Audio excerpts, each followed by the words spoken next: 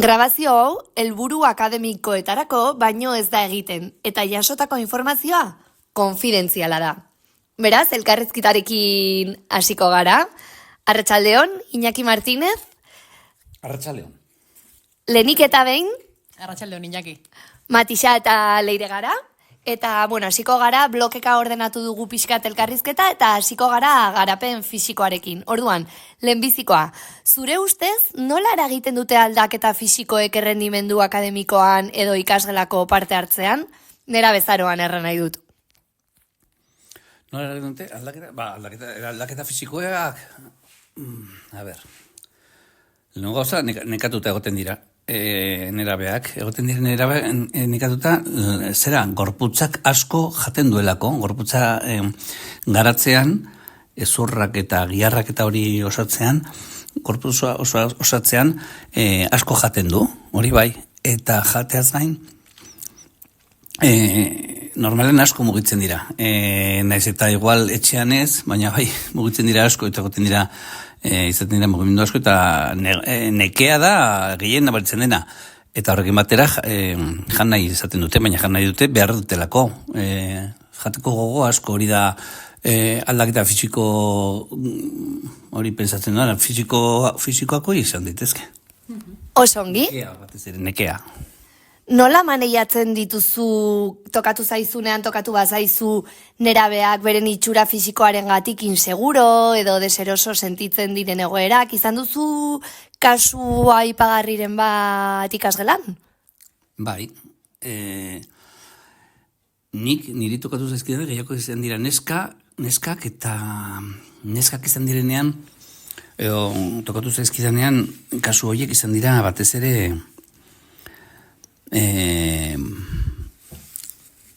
fisikoki, baina ez zen bakarri fisikoki, ze inziurtasun pertsonala zen ere. Eta eragina oso potentea, orain horitzen ari nezen kasuan, izan zen batxillergoa bukatu ezin izana, hori, 10 bat ataran nahi izan zuelako, baina horretaz gain argala, eta horretaz gain perfekta, eta horretaz gain majo, eta horretaz gain kirolari honen, eta hori aurrera eman nahi duzunean, ezin duzu, eta hori porrota. Lehenengo, horitzen naiz neska batek, batxillergo lehenengoa utzi zuena, 10 ateratzen zuelako, bakarrik 9 ateratzen zuelako. Orduan utzi zuen, helduen utziko dut, eta helduen urtean 10 aterako dut. Ez zuen behar, baina, eta helduen urtean hartu zuen berriro, eta 10 bat ateratzeko gogokin, eta berriro. 9 bakarrik ateratzen zuenez, utzi egin zuen, eta batxillergoa zuen bukatu, zuen lehenengo maila bukatu ere. Orduan, kasu horren bat, horrela aipagarri bat, hori izan diteke floridoena edo potenteena. Vale. Insegurtasun fisikoa. Hori izan zen, ez zen insegurtasun fisikoa, baina gauza horiek orokorrak dira, insegurtasun fisikoak eta hori. Kaso aipagarri bat hori aipatu dut, baina bai normalean lantzen dugula irudi pertsonala eta hori. Bai, hori lantzen dugu, zergatik askotan gertatzen delako insegurtasun horiek. Bale, nabaritu galduzu desberdintasun esanguratsurik garapen fisikoari dagokionez ikasgela barruan, nola kudeatzen dituzu desberdintasun horiek ikasgelan? Gorputza aldatzen da, eta... Nabaritu galduzu desberdintasun esanguratsurik garapen fisikoan. Hombre, bai oso nabaria da. Batzuk oso altuak direte, batzuk oso txikiak, batzuk umeak direte, beste batzuk dira helduak, hori nabaritzen da asko fisikoki. Ez dugu bereziki, hori egia esan ez dut nik bereziki landu tutorekin, zen nik ez dut klasean sartzen naiz asko, baina nik ez dut klaserik ematen. Orduan ni atzean egon dut hori planteatu egin dugu, baina ez dugu horrela gauza berezirik. Ni horitzen naiz, egiten pasatzen nuela test bat, gari batean, test bat gaitasunena ez, zera gogoe buruzkoa, zer egin nahi duzu batxergo bukatzen zunean. Eta erabiltzen nuela altuera ezberdinak zera estadistikako frekuentzia akumulatuen zera adierazteko adibidez. Honek atera du, 10, honek atera du 8, eta jartzen dituen horrela, Haunditik txikienera eta hori, baina ez dut horrela bereziki landu, baina pensatzen du landuko dutela. Hori bai, normalean lantzen denean irakaslek ez dakite. Ez dakite, bai, baina, bueno, pensatzen irakaslek normalean uste dute gertatzen diren gauzak direla bereiek esateagatik. Edo esaten baldin dute zerbait, hori bete behar dela, eta hori da nerabe batekin gertatzen. Zuk esaten dena duzu gauza bat, gertatu beste gauza bat, baina hori lagunekin bezala ez da. Bale, zure ustez nerabek orientazio nahikoa jasotzen dute izaten dituzten aldaketa fisikoi buruz, zein izan beharko litzateke irakaslearen rola prozesu honetan? Eskaintzen zaila informazioa, badago informazio asko. Baute eskura informazio asko, eta egia esan ez zaiela orientatzen, esan nahi dut. Garapena nola den, hori sexu heziketa guztietan azten da horrekin, saio guztietan. Baita ere informazioa badugu eta liburuak eta ematen zaie biologian, biologian eta naturzientzietan ematen zaie guzti hori. Baina, justu aurrekoan aipatu den bezala, liburu batean agertzeak ez du suposatzen hori iristen denik. Irakasle batek esateak ez du suposatzen nire bati iristen zaionik sartzen naiz gela batean eta esan, bihar azterketa, eta jendea igual ez enteratzen. Eta enteratzen dira 6. Eta 6 joiek bazekiten azterketa zegoela. Osea que ez zaie informazioa iriste, mezke oso zaila da helarazte informazioa nera bioiei oso zaila da. Behin esaten nion ikasketa buru bati, zera, informazio bat iristen dela bermatzeko, egin berazuna da, esan, sartu gelan irakasleak ez daudenean, sartu ate ondan dagoenari, eta esan zerbait belarrira, eta gero altxatu eta esan, eta ez esan inori. Horrela zabalduko da, baina joaten baldin bazara, bihar azter... Ez da enteratzen inor. Ordan... Bale, osongi. Bale, Iñaki, segitzeko gure elkarrizketarekin, orain garapen kognitiboaren inguruko galdera batzuk eginen dizkizugu, eta, bueno, lehenengoa, hauxe da, zure iritziz, neraben garapen kognitiboan, zein dira ematen diren aldaketa garrantzitsuenak? Piaget jarretzen baldin baduzu, ematen dira aldaketa horiek, baina ikerketak ez dio arrazoia Piageti eman. Ikusten da, jende guztiak ez duela pasatzen nerabezaroan operazio formalen estadioetara, eta hori egia da. Kalean zoaz eta jende asko oraindik pensatzen du gauza konkretuetan eta ezin ditu gauza orokortu. Hori gehiago ikusten da orain kalean eta telebistan eta hortan, ezta? Orduan, ematen diren ohikoenak bai dela, pasatzen dela pentsamendu ez da igual ez formalera, baina bai orokortasunak egitera edo orokortasuna ez da izaten den edo orokortze prozesuetara iristen dira nerabezaroan zehar. Hau da, pentsamendu konkretua uzten da hori bai. Beste pentsamendu formaletara ino iristea ikusteke dago. Baina, bueno, bai, hori da, garrantzitsuena izan daiteke hori. Eta baita ere, teoria de la mente deitzen dena. Teoria de la mente, nik uste dut, bueno, hori bai emeten dela jende gehienaren gan, eta zein da. Zuk jakitea besteak pensatzen dutela. Badago oso tipikoa den Asperger nahaztea eta hortan horiek ez dute garatzen, hori da zuek ulertzeko zer den, ezta? Ezin dute pentsatu zuk pensatzen duzula. Hori da teoria izatea. Eta hori bai ematen dela, izten direla pentsatzera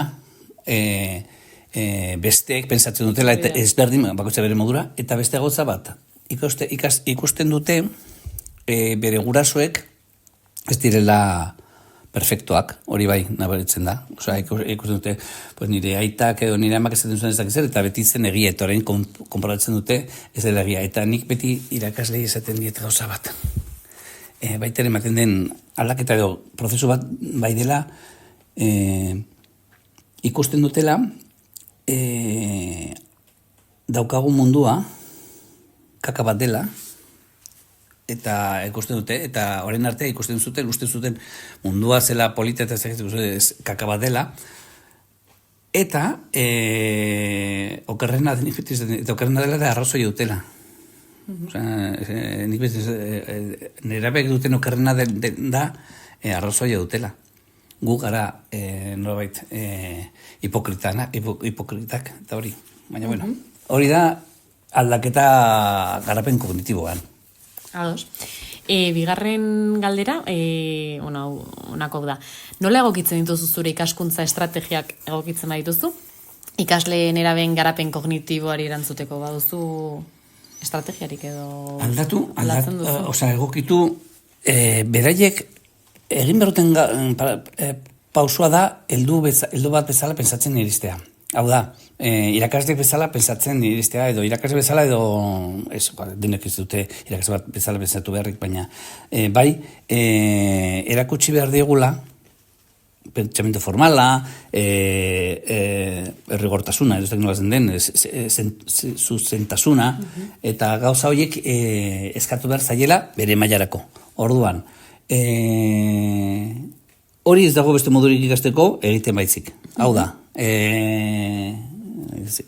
eman behar da pausoka, eta ezin duzu lehendabitziko gunetik eskatu, hemen sorturtetan eskatzen dizkiozun estrategiak eta lanak eta zer ezin diozu eskatu egitea 12 urterekin.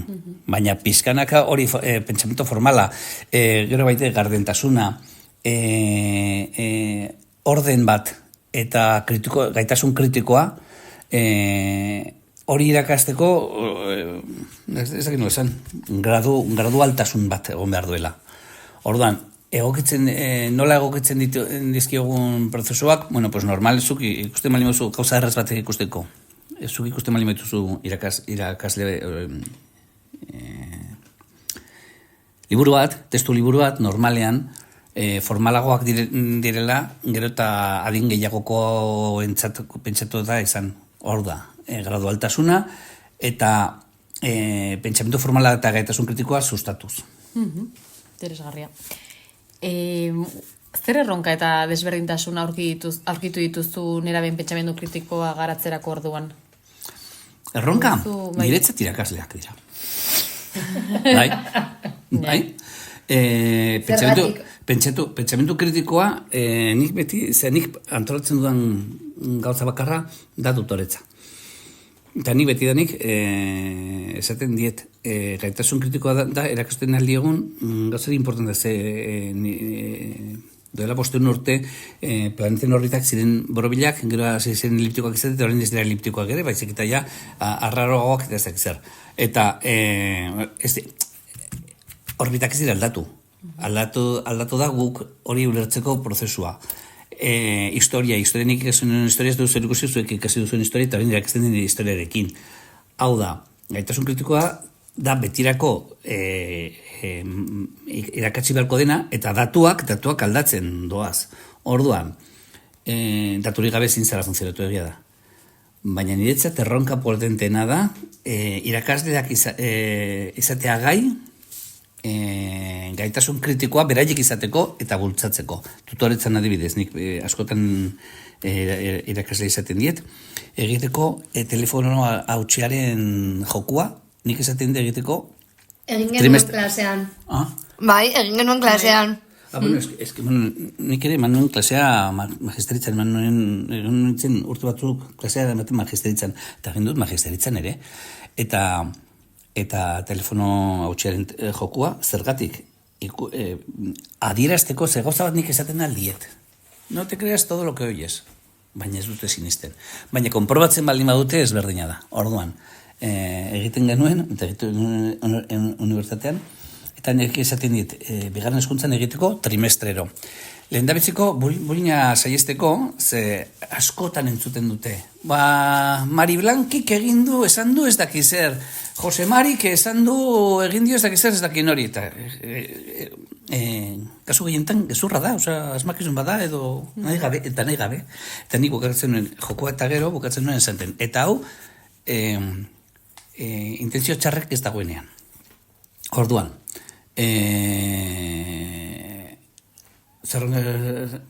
Hori, irakasleen, nik izaten dit egiteko trimestero. Zergatik, bizitzen baldin badute, ikasiko dute.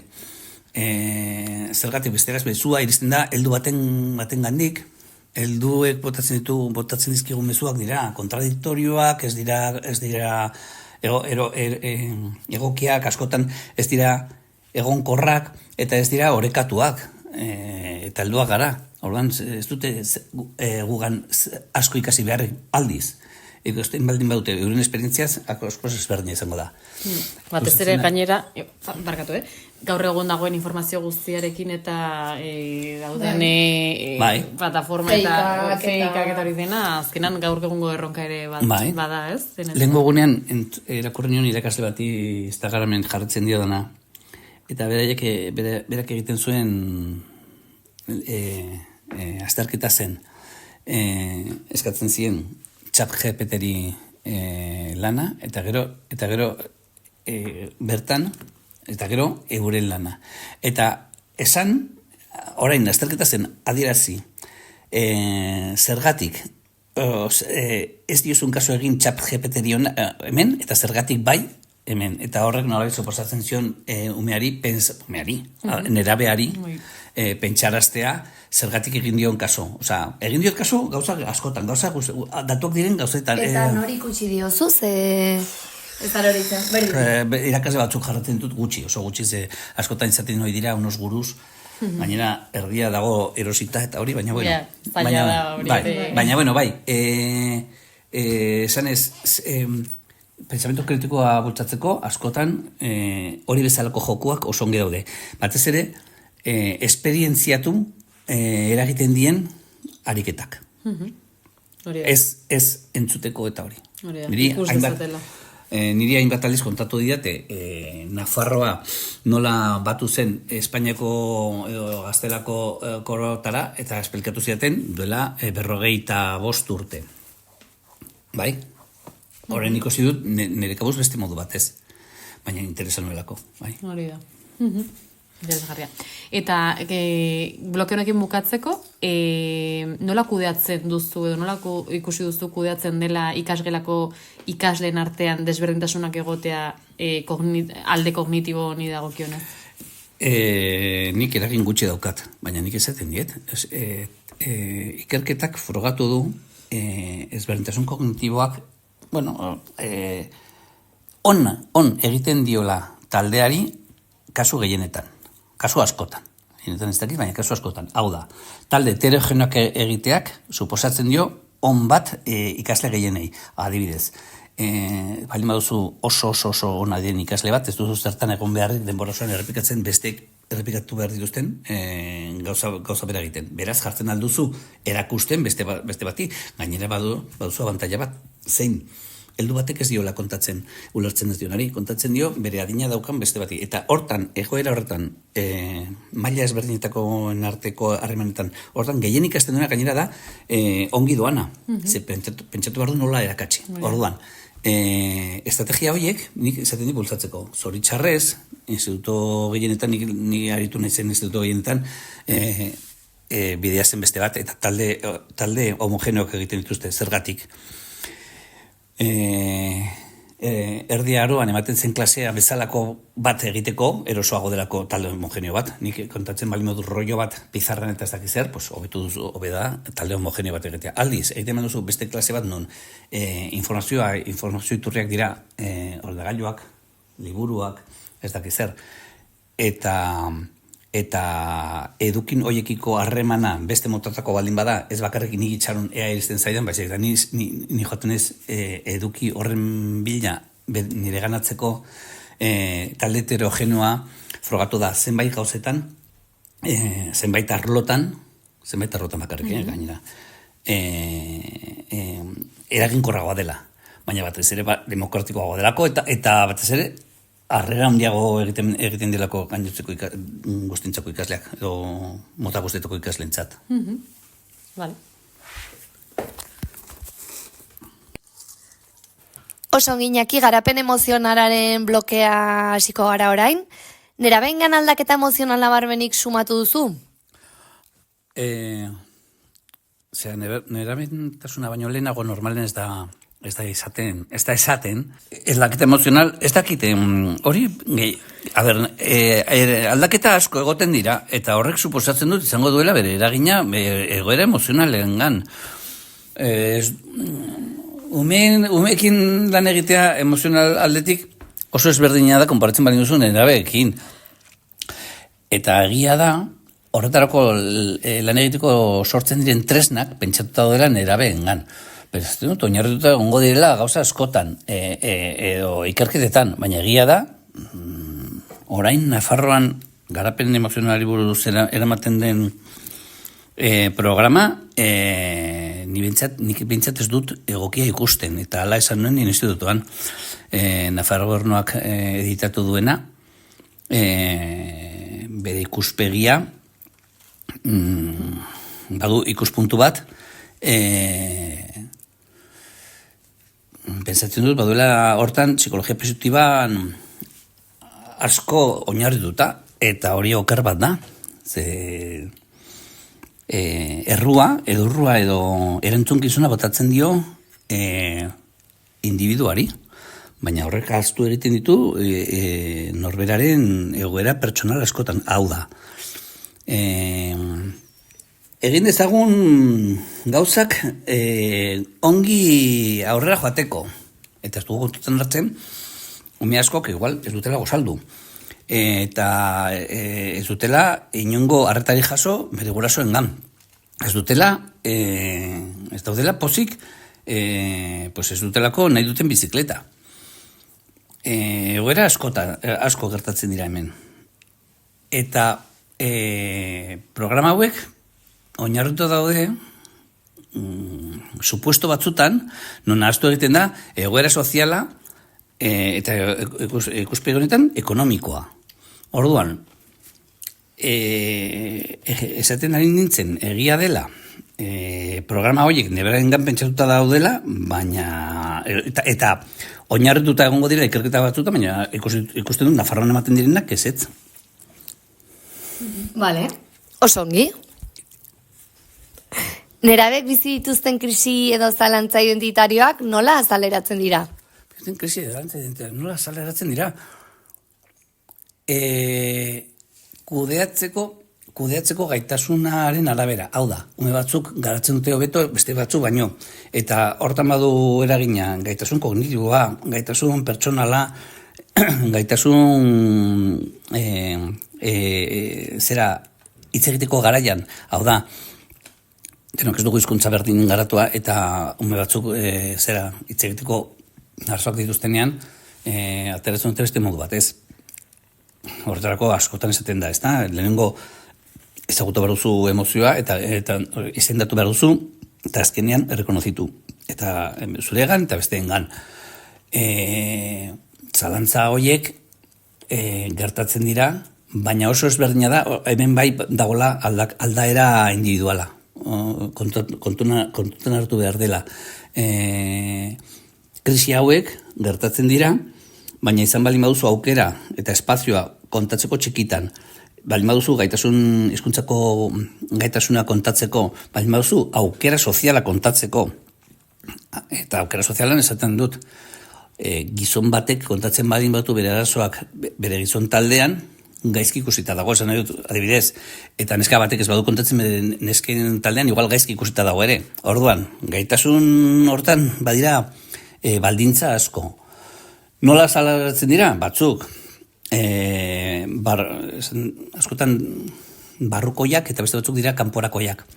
Ez? Eta askotan ez den da, mutilok egiten dugula gehiago kanporantz eta neskek barrurantz, eta horregatik krisi horiek mutilenak izaten hori direla violentzia direzten duzu, eta neskengan neskek gehiago jotzen dutela barrurantz eta ansietate eta depresio kontuetarako.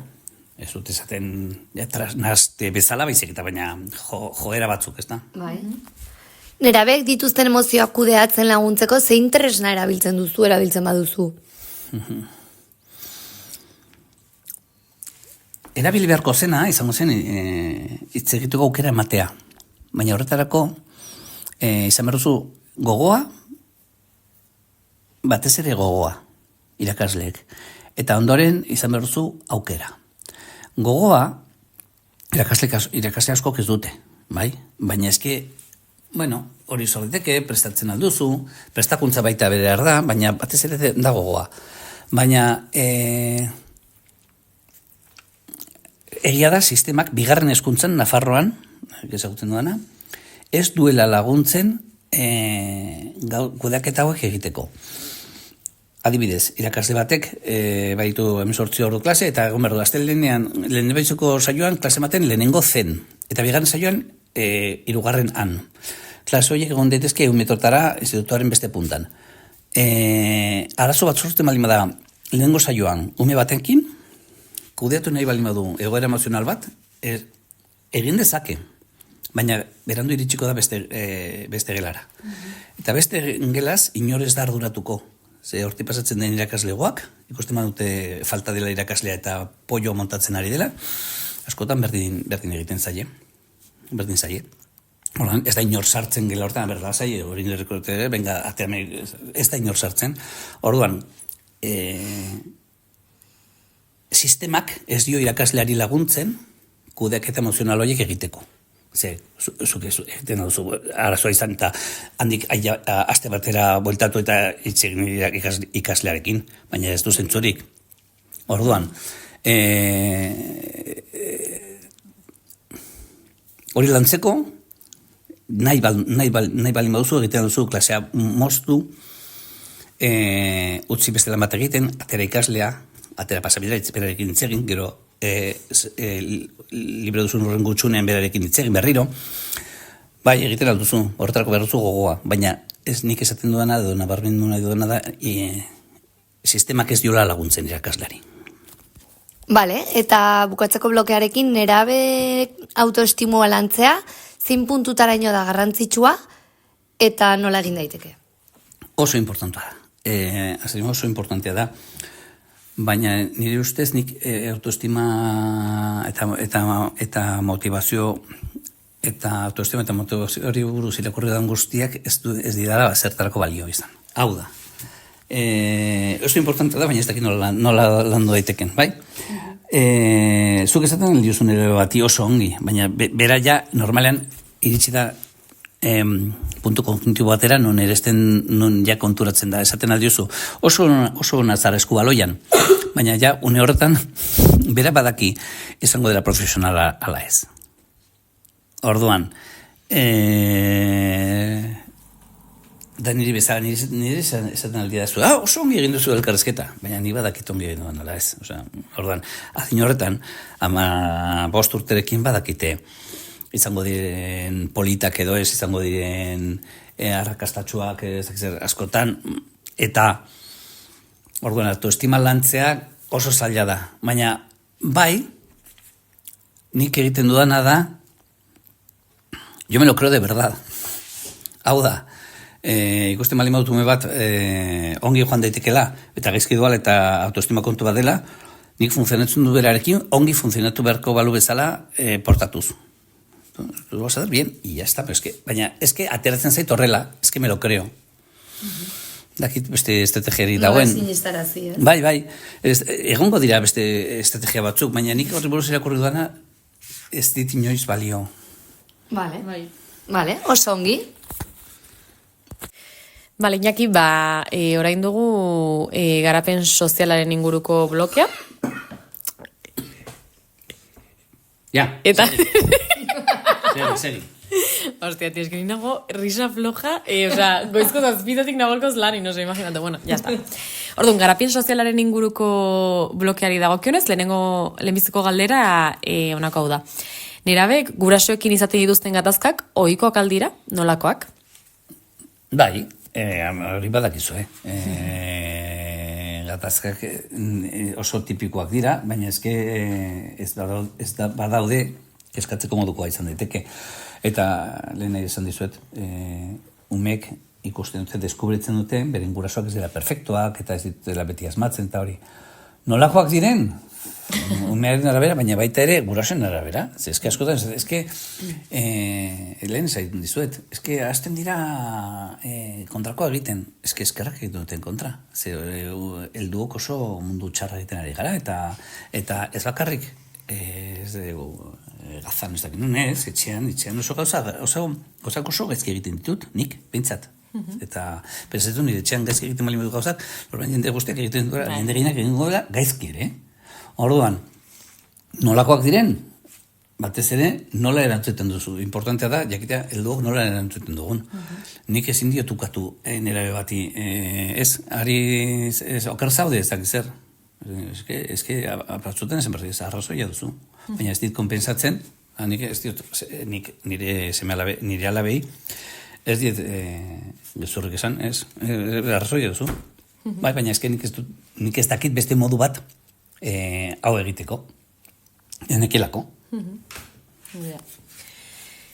Eta adibidez nera bezaroan zer egin, nolakoa da lagun taldeak nerabaren ganiz duen eragina, edo nola ikusten duzu? A ber, hori toki guztien idatzita dago, ezta? Gure ikaslek, deno pasatzen gara. Talde sozial txiki batetik, beste talde sozial batera, ez da, pasatzen gara lagun taldera, eta hori da importante, zen eragina, erabatekoa. Lehen zen erabatekoa familiarena, eta hori erabatekoa da lagunena, adin berekoak, nola ikusten duzen eragina? Erabatekoa. Nolakoa da, erabatekoa. Eta ona da, segun, baina, erabatekoa. Ados, eskolako disiplinaren ikuspegitik, zein zailtasun edo arazo nagusi sortzen dira nerabeekin? Nik disiplina hitza, ez dakit gorroto, baina bai ez duela erabiltzen. Bai, eske erabili da, hain gaizkin, orain nik behintzat ez dut gustoko. Pentsatzen dut esan nahi duzuena dela, nola moztu normalean klasean gertatzen hori diren gauza horien aurren nola jokatu, bai? Zer gauza gertatzen dira? Zurrumurruak edo marmar horiek entzuten direla, norbaitek entzuten duela erdizkututan atzetik, oiu bat ez dakinon, nire kasle kabron, bai, gauza horiek, ez da? Bai, bale. Gehien ikasle adin honetan gehien maite dutena da benetakotasuna. Eta nik bintzat jo dut horra, eta nahiko ongi joan zait. Osea, ni nerabekin pasatzen dut oso ongi, eta oso ongi joan zait uste dut gehienetan. Osea, nahiz urtetan, eta ongi joan zait. Borde jarri behar nintzenean, borde jartzen nintzen, baina ez nintzen borde jartzen. Oso importanta, konstienta izatea nola zauden zu. Askotan jartzen gara borde, gaizki pasatu dudalako nik gaua edo ez dakizer. Ez, jarri gara borde, beraiek jarri dutenaren arabera, baina eta zera, eta momentuaren arabera. Kasu. Aurreko ikasturtean, ni neukan bulegoa, pasabide batean, eta justu nire horren zegoen, DBH bigarren mailako gaztererako klase bat, eta ziren oso mugituak, oso. Eta gaina, esklusio sozial maila importante batean sartuta. Eta ateratzen ziren klasetik mugimendu askorekin. Adibidez, nire bulegoko bi baldosa aportu ziren hormaren kontra, beste aldetik hormaren kontra jotzeagatik, bai? Zanabait, ikusteko ze maila zen. Nire ateratzen nintzen, eta etxon baziruzko atera beharren, ateratzen nintzen, hau no está mal, y tal. Hau no estaréis herido, ¿no? Y tal, no, pues cuidado, porque soy unas hostias del copón, y tal. O sea, es que, cuidado, porque tal. Es que, mirar, aquí. Eta gero, beste urrengo gunean, ja ikusten zuten, pues, ez nintzela joaten, ya estoy estoy harto de vosotros. Estaba harto, baina, eta ateratzen nintzen, eta horrengo gunean, jotzen zuten, atean. Eta nengoen, erogarren etxoiten nengoen, jotzen, erikitatu, zu, nirekin. Eta uste zuen, kriston bronka bota behar nioela, pues esan, a ber, tio, ez da konturatzen, niz nagola bakarri beste orientatzele badagoela nire bulegoan, ez dakit zer, molestatzen zuzaz, péjale a un profe cabrón que haya por ahí, no, tal. Ahora, seguro encontrarás alguno que te cae peor que yo. Oh, no, eta egiten ziren nirekin, los enrollados. Oye, jefe, no, que no soy tu jefe, no, amigo, que no soy tu amigo, que soy tu profe. Orduan, importantea da, disiplina arazoak daudenean, niretzat, ni izatean naizen bezalakoa. Yeah. Eta beraiek sinesten dute, eta irakasleekin gertatzen da berdin. Eta zein irakasle partzen dute gaizki, paper bat betetzera joaten direnak nik uste dut. Yo voy a hacer el papel del malo, yo el enrollado, yo el de no. O sea, si tú eres seco, sé seco. Baina, bueno, zure jokabidea izan behar du, eurekin irakaslearena. Si eres muy enrollado, sé enrollado. Baina, beraiekin ez zara, bere aita, bere laguna, zuzara, nire irakaslea. Horren, eskolako disiplina arazoak nola kudeatu, ni neu bezala izaten. Eta hori bai, jazten diet oso garbi. Ni ez nahi zure laguna, ni ez zure irakaslea, baina, ez zergatik zurekin gaizki portatu garri. Interesgarria. Eta, adibidez, zure esperientziaren arabera, zein da, edo zein izanen litzateke familiaren paperan erabezaroan? Papeloia. Hori da, ze galdera. Zuk zer uste. A ber, normalean eskutatzen gara. Familiak eskutatzen gara. Ze umeak diren bitartean, egoten gara gainen eta hori, baina arazoak azten diren, normalean gurasook egiten dugu oioarena eta eskutatzen gara eta ez dugu hori. Justo, egia da, ez dugutela onartzen.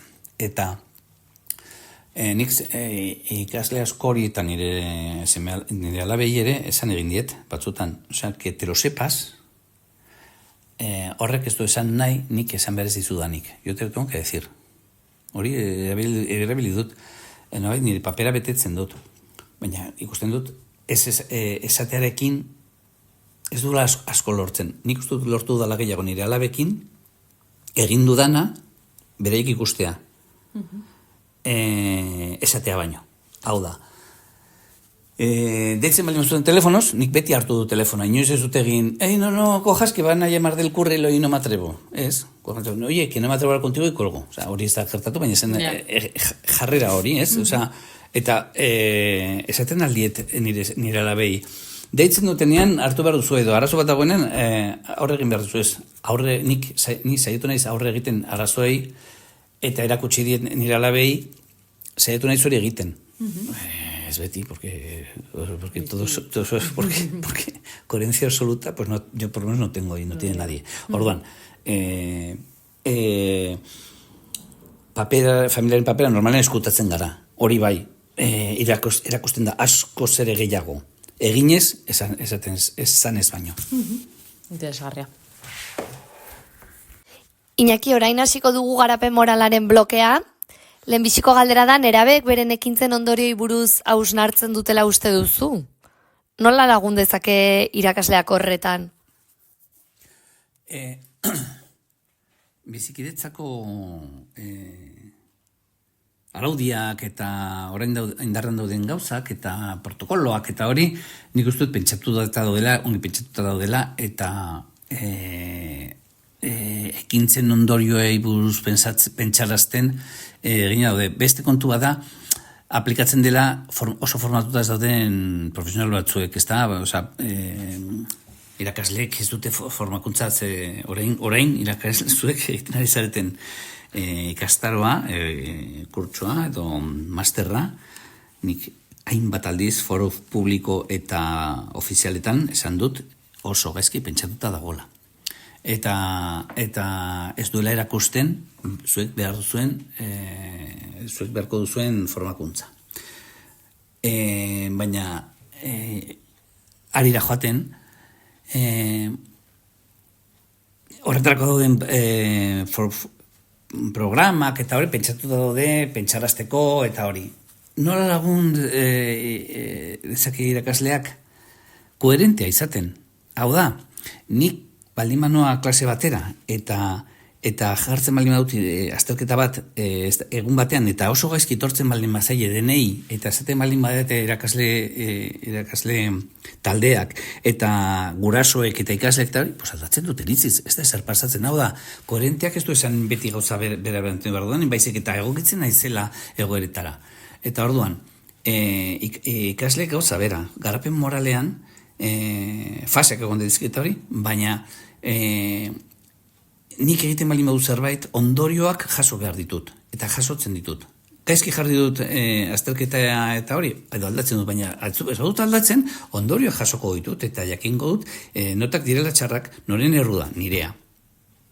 Beraz, nik onartzen baldin badut hori, erakusten dut aurrekoan apaipatzen nuen benetakotasuna edo sinesgarritasun hori, eta aldi berean nik jasotzen baldin badut ondorioak, beraiek ere jaso behar dutela esaten dudanean, arrazoia eman beharko didate eta emango didate. Ahoz ez, baina onartuko dute. Vale. Orduan, eskolaren muan nerabek arauak ulertu eta respetatzen dituztela uste duzu, edo inposizio gisa hartzen dituztela erranen zenuke? Onartzen dituzte oso ongi, eta badakite oso ongi zergatik bati usten diozu egiten gauza bat eta beste bati ez. Nik, diskutitu dut askotan irakasleekin izaten diote, bai, nola utzi behar diot honi besteari usten ez diona? Ulertuko dute oso ongi. Esango dizutela, hau injusto, bai, baina nota jartzeko garaien bati jartzen baldin badiozu bost asko lagunduta eta beste bati jarri baldin badiozu bost eta ez diozu zer lagundu eta biei bost edo biei lau berdin zait ulertzen dute primeran, badakite primeran hori beste kontu bada esango dutela, bai, baina nik askotan hitz egiten dut eta nik ez dut guztiz esaten pensatzen dudana, baina egokitzen naiz egoeretara, baina beraiek Araboak ulertzen dute oso ongi ezin dela baloiarekin jolastu klase barruan. Eta esango dizute, eta zergatik ez dugu ezin jolastu hemen futboletan. Ez, baina, bueno, beraiek baina ulertzen dute oso ongi. Erantzuna, ahozkoa, berbala da, ez nago ados, eta bozkatu behar dugu da futbolea klase barruan egin daitekela. Bueno, bozkatuko dugu, baina arrazoia eman borko ditugu, eta hori, hau da, ulertzen dituzte, eta respetatzen dituzte. Naiz eta esan ezetz. Vale, eta azken biak? Azken bi galderei dagokionez, teknologiak zein eragin du gaur egungo nerabengan garapen moralari dagokionez? Erranen zenuke, aipatuko zenuke zerbait, mugikorrek, sare sozialek? Ikerketek ez dakite. Nire esperientziak esaten kriston eragina duela. Baina, bai ikerketek esaten dutela, eragin handiago duela garapen kognitiboan. Baina, bueno, garapen moraleari buruz etxegetan ere garenez, nik ikusi dudana da, batzuk ez dutela ume askok, ez dutela ulertzen, telefonoan jartzen dutela, edo publikatzen dutela, publikoa denik. Eta esaten baldin badiote ume bati, ikaskide bati, zerbait, hori publikoa denik.